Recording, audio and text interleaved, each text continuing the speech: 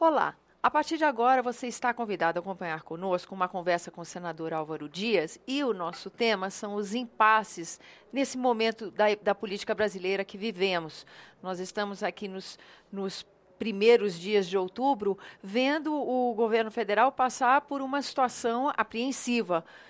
Sessão do Congresso Nacional convocada que nos realiza para votar os vetos, decisão do Tribunal Superior Eleitoral com relação a rever as contas da presidente Dilma nas últimas eleições e na expectativa do julgamento das contas de 2014 pelo Tribunal de Contas da União. Sobre esse momento, nós vamos ouvir uma análise do senador Álvaro Dias. Eu agradeço sua presença aqui conosco, senador. Como é que o senhor que trabalha aqui na oposição já há alguns anos está vendo essa situação inédita, né? Decisão inédita do TSE, dificuldade de relação entre Palácio do Planalto e base aliada. Como é que o senhor está vendo esse momento? Que análise o senhor faz para a gente? São os componentes da crise política que se agiganta.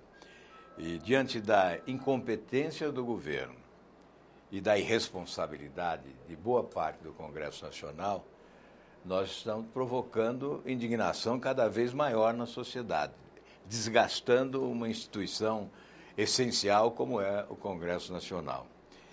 A ausência de quórum para deliberar sobre vetos, exatamente depois do loteamento, do novo loteamento, ou do reloteamento dos ministérios, é surpreendente. É a demonstração de que nem mesmo o toma lá da cá está funcionando, que o governo não está sendo competente no balcão de negócios que ele instalou em Brasília desde o início do governo Lula, do primeiro mandato. Portanto, é vexaminoso ver o Congresso Nacional não decidir sobre vetos. Nós somos eleitos para decisões e não para a indecisão. Esse esquema protelatório de empurrar para frente decisões importantes deve provocar no eleitor brasileiro profunda indignação. E paralisa também o trabalho do Congresso Nacional, né? Exatamente, até porque em determinado momento, certamente, o governo vai necessitar de desobstruir a pauta do Congresso Nacional.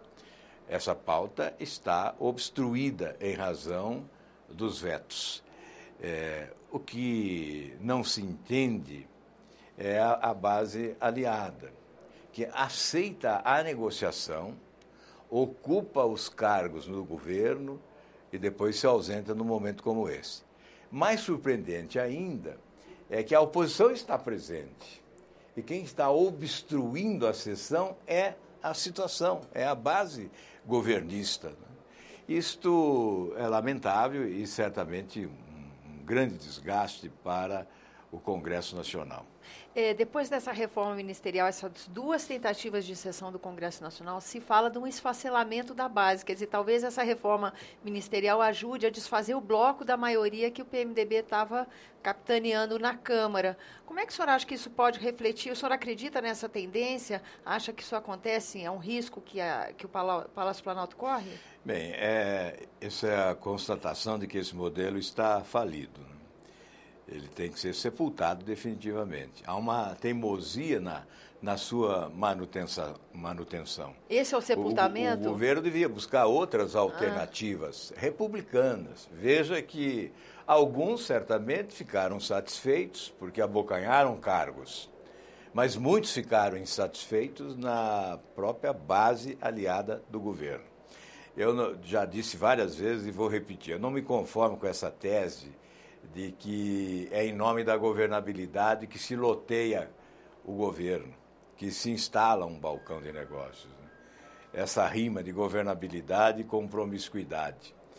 Eu creio que um governo que adota medidas com impacto na opinião pública tem o apoio do Congresso, que o Congresso não rema contra a correnteza da opinião pública. Mas este governo, o governo do PT, teimosamente persiste em manter um modelo promíscuo. E é isso que está, infelizmente, aprofundando a crise no país. É esse modelo que deu origem aos grandes escândalos de corrupção, é esse modelo que possibilitou a pilhagem da Petrobras, uma empresa que honrava os brasileiros, é esse modelo que está produzindo rebaixamento das notas, o Brasil como mal pagador, com um conceito internacional dramaticamente, perversamente terrível, né, para todos nós, exatamente porque, aliás, agora, por exemplo, perdemos a grande oportunidade de o Brasil integrar esse bloco do Transpacífico. Porque há muito tempo nós estamos aqui no Senado Federal denunciando que o governo brasileiro se afasta de países poderosos do primeiro mundo, que muito poderiam oferecer a um mercado emergente como o nosso, e prefere aliar-se com aqueles que se identificam mais ideologicamente, que nada podem nos oferecer como retribuição ao que oferecemos a eles, né? No caso, a Venezuela, Cuba, Equador, Bolívia, países ditatoriais, países africanos ditatoriais, etc. Ou seja, esse é o alinhamento do governo brasileiro, né? Essa é a preferência do governo brasileiro.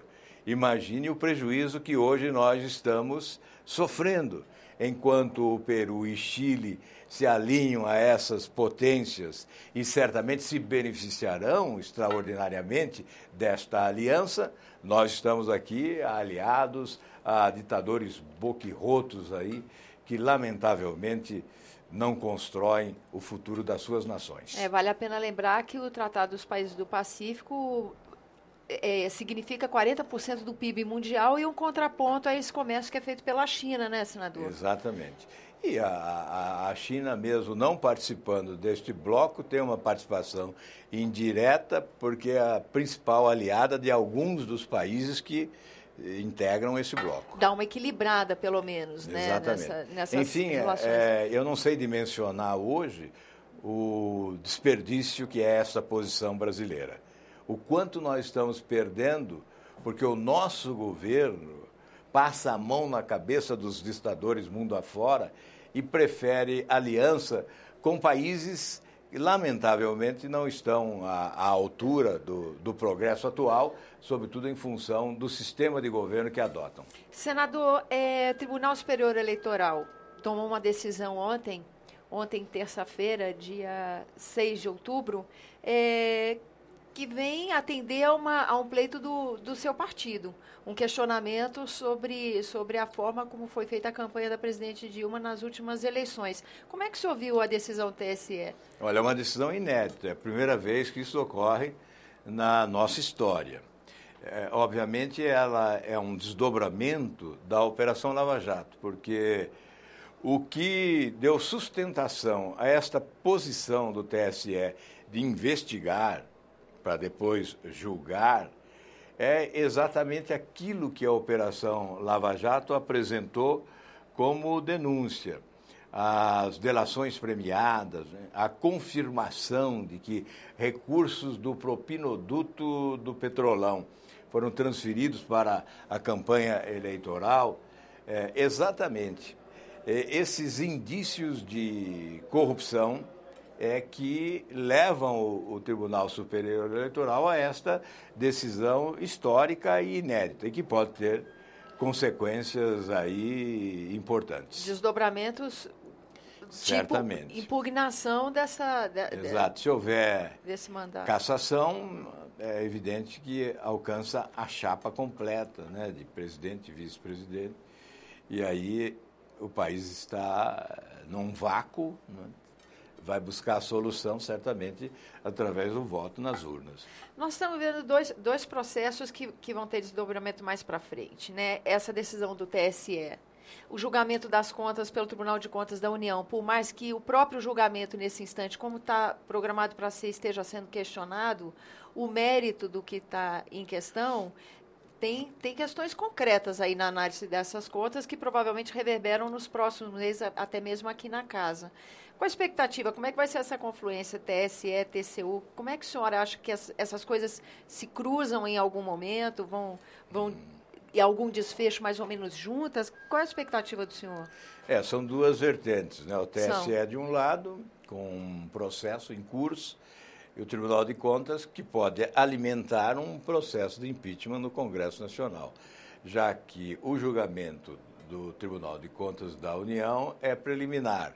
O julgamento definitivo é do Congresso. O que se imaginou anteriormente é que as tais pedaladas poderiam ensejar um processo de impeachment se ela estivesse alcançado o atual mandato. Então, esta é uma constatação que tem que se fazer. Mas eu não posso deixar de condenar essa tentativa de ingerência política indevida do governo em relação ao Tribunal de Contas da União, que não é a primeira vez que isso ocorre. Já há bom tempo, nesta hora, procurou-se desqualificar uma decisão já prevista do Tribunal de Contas da União, mas em outros momentos procurou-se subtrair prerrogativas da Corte de Contas, reduzindo o seu poder de fiscalizar e controlar o Executivo. A função do Tribunal de Contas é exatamente fiscalização e controle. Combate à improbidade administrativa, à corrupção na administração pública. Portanto, é um instrumento importante. E o Tribunal de Contas tem cumprido o seu papel de forma decidida e independente. Ocorre que tivemos outras tentativas, desde o presidente Lula, né, de amesquinhar o Tribunal de Contas da União. Em determinado momento, eu acho que muitos se lembram, né, o Tribunal de Contas propôs impedimento ao repasse de recursos para a obra da refinaria Getúlio Vargas, em Araucária, no Paraná, já que constatou um desvio à época de cerca de R$1 bilhão. Então,